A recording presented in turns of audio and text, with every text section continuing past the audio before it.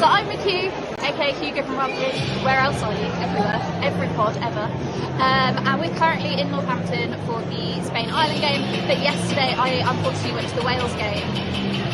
Big unfortunate. Any thoughts on that game? It was depressing. You know, I was watching it on TV and the kind of commentators in the final 20 were kind of talking like, oh, it's much better for Wales, they're showing the fight and stuff. I was like, 40 points down, lads. I know we were never going to really beat Canada realistically, but that was our, like, staying in the World Cup kind of thing. And it was just, we got nilled. Like, we're at the Spain match now. Spain have now scored considerably more tries than Wales in this World Cup. Both played 2 games. Like,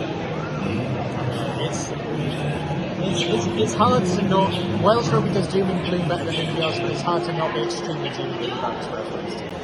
It is very, very hard, and as somebody who likes to be quite positive, it was very difficult to be positive. There really was not a lot. Oh, it's Gabby Logan. How fun.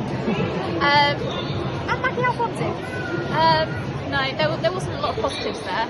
I won't lie. Literally nothing. Kind of 2 things like sum up, because obviously like the big conversation around Wales, the narrative is all about Sean Lynn coming in and what changes he's managed to affect. There's 2 things that sum it up for me. It's one, Kofi George did this crossfield kick, she did 2 of them. And the Welsh player who was there was in space under no pressure. The ball was right to her, and like, on neither occasion did the Welsh player even raise their arms to catch it. They just stood there, and the ball bounced in the field of play and then rolled out. I think for me, like, Sean Lynn's come in and he is trying to fit into his system and get everything to work. But the problem is that whilst the head coach has changed, none of the backroom staff have changed, really, apart from bringing in Dan from Gloucester Hartbury and then bringing back Flower, who is like a contact coach. But the attack coach hasn't changed. It's still Sean Connors doing a living. He might edit that out. But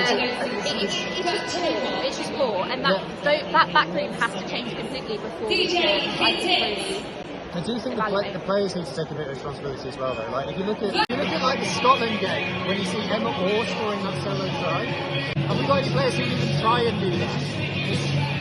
It's just really hard not to be like, the players just aren't good enough. Some of these players just aren't good enough. It's horrible. And it's like mentality as well.